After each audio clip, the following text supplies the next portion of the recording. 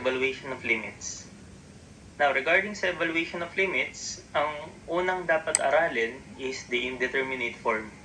So, in mathematics, meron tayong 7 indeterminate form.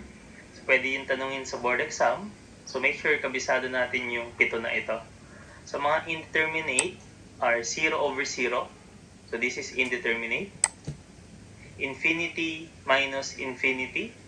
So, hindi 0 yung sagot dyan. That is indeterminate. 0 multiply sa infinity, indeterminate. 1 raised to infinity.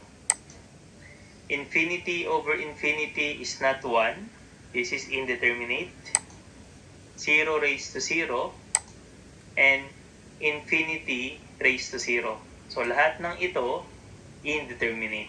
So, please memorize kasi possible question dyan, concept or terms. So, kailangan kabisado nyo yung 7 indeterminate form. Now, in application sa evaluation of limits, pag nag-evaluate ka ng limits, tapos ang lumabas doon, indeterminate form. Kunyari, nag-simplify ka, nag-substitute ka ng data, lumabas 0 over 0, indeterminate. Ang solution na sa limits is L'Hopital's rule. So, magla-L'Hopital's rule tayo. So, sabi sa L'Hopital's rule, the limits remain the same even if the numerator and the denominator are independently differentiated. So, if you have a limit na nag-i-indeterminate, ang gagawin mo, i-derive mo independently. So, magkahiwalay. I-derive mo si numerator, i-derive mo si denominator independently, tapos hindi magbabago yung limits doon. So, yun yung pinaka L'Hopital's rule. So, pwede kang mag-differentiate sa numerator once, sa denominator once, so hindi nagbago yung limits. Or, pwede ka ulit mag-differentiate ng isa pa. So, kahit ilang beses mo siya i-differentiate. So, this is called L'Hopital's rule. Apply tayo. Problem number 1. Evaluate the following limits as x approaches 0 of 1 minus e raised to 3x all over 4x. So, ibig sabihin nito, as x approaches 0, i-substitute mo yung 0 dun sa mga x. So, pag nag-substitute tayo ng 0 dito sa x na ito, so magiging e raised to 0, 4 multiply sa 0. E raised to 0 is 1. So, magiging 1 minus 1 ay all over 0. So, ang 1 minus 1 is 0. So, lumalabas, bottom line, pag in-evaluate mo ito as x approaches 0, 0 over 0 yung sagot. That is indeterminate. So, since na-encounter na natin yung indeterminate, in this case, gamit na tayo ng L'Hopital's rule. So, again, ang L'Hopital's rule is, i-derive mo independently yung numerator and denominator. I-derive mo siya independently. So, mag-derive tayo. So, applying L'Hopital's rule, ang derivative ng 1 is 0. Ang derivative ng e raised to 3x is e raised to 3x. Tapos, derivative ng 3x is 3. Kaya, ang derivative ng 4x is 4. Simplify further. So, magiging, pag sinimplify ko to, so magiging negative 3 e raised to 3x over 4. Now, pag sinubstitute ko yung 0 dito, kasi as x approaches 0, okay, magiging 1 na lang to. Kasi magiging e raised to 0. So, therefore, this is negative 3/4. Okay, so gumamit lang ako ng L'Hopital's rule. So, answer is negative 3/4. But wait, there's more. So, ang tawag dito, masamang halimbawa. This is an exhibition. Tama naman yung L'Hopital's rule, kaya lang, mas matagal or mas complicated yan, kasi magdi-derivative ka pa independently. Kung gusto niyo siya i-derive independently, pwede. Sa marunong kayong mag-derive, tapos isi-simplify nyo pa, bago nyo makuha yung tamang sagot. So, wag na natin gawin yan, as much as possible, gamit tayo ng Caltech. So, ang Caltech natin is this. So, ang gagawin mo lang is, ilagay mo yung original equation, okay, sa Calcu, as it is. So, ilagay ko yung original equation sa Calcu. So, 1 minus, okay, E. So, this is alpha. And then, you press this para sa E. Raised to 3x all over 4x.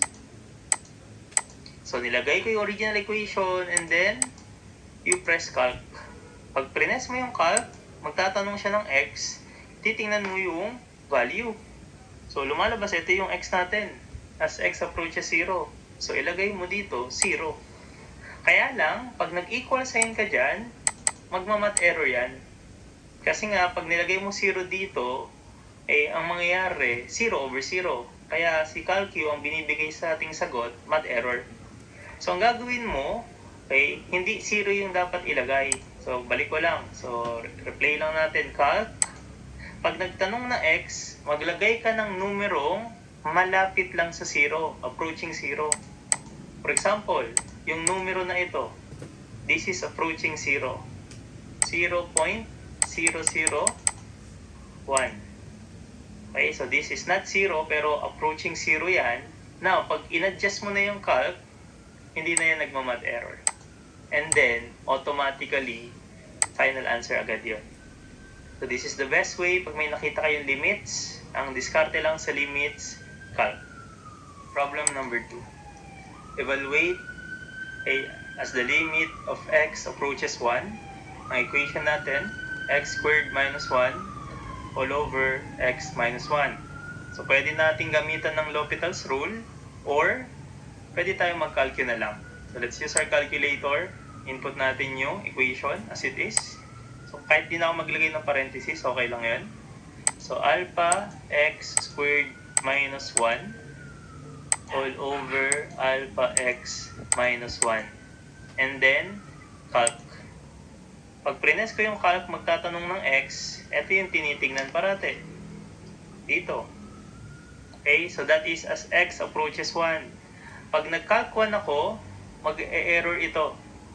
So, maglalagay ako ng number na approaching sa 1. So, calc. So, hindi pwede 1. So, ilagay ko 1.0001.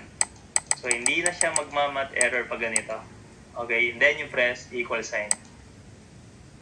Okay, after you press equal sign, automatically, correct answer na yung makukuha.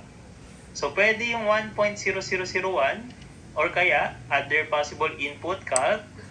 Okay, kung ayaw mo ng ganitong data, pwede rin naman yung 0.99999. That is also approaching 1. Same answer lang yan. So, kayo bahala regarding sa calc. Basta pag magka-calc kayo, ang titignan nyo yung data dito. So, hindi pwedeng saktong 1. So, kailangan lang sobra or kulang ng sobrang liit na numero. Problem number 3. Evaluate as x approaching infinity. X cubed minus 2x plus 5 all over 2x cubed minus 7. So, let's use Caltech. Input natin yung original equation. So, this is x cubed minus 2x plus 5 all over 2 alpha x cubed minus 7. And then, you can press calc. So, ang ikakalc mo ito. Okay, kaya lang, okay, ang x natin is approaching infinity. So, maglalagay ka ng infinity dito. Of course, pag sinabing infinity, a very big number. So, maglagay ka lang ng big number dito. So, malaking numero na yan para kay Calcu. Consider na yan as infinity. Then, you press equal sign. So, lalabas na yung sagot eventually.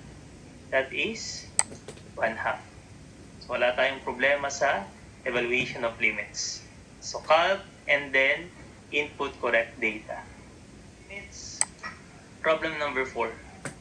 Evaluate as the limit of x approaches 0, x cosecant 2x. So, we use Caltech. Now, bago tayo magpindot ng equation, make sure naka-mode radian tayo kasi nagbigay na naman ng trigonometric equation. So, kailangan mode radian. So, shift, mode, and then you press 4. Mode radian. Okay. So, input natin sa CalQ. By the way, make sure alam mo yung identity ng cosecant kasi pipindutin sa CalQ. Ang ibig sabihin ng cosecant is reciprocal ng sine. So, pag pipindutin yung cosecant 2x, that is 1 over sine 2x. So, make sure alam siya i-press. So, x, tapos ito yung kasunod. This is an identity, reciprocal identity. So, input natin ng tama.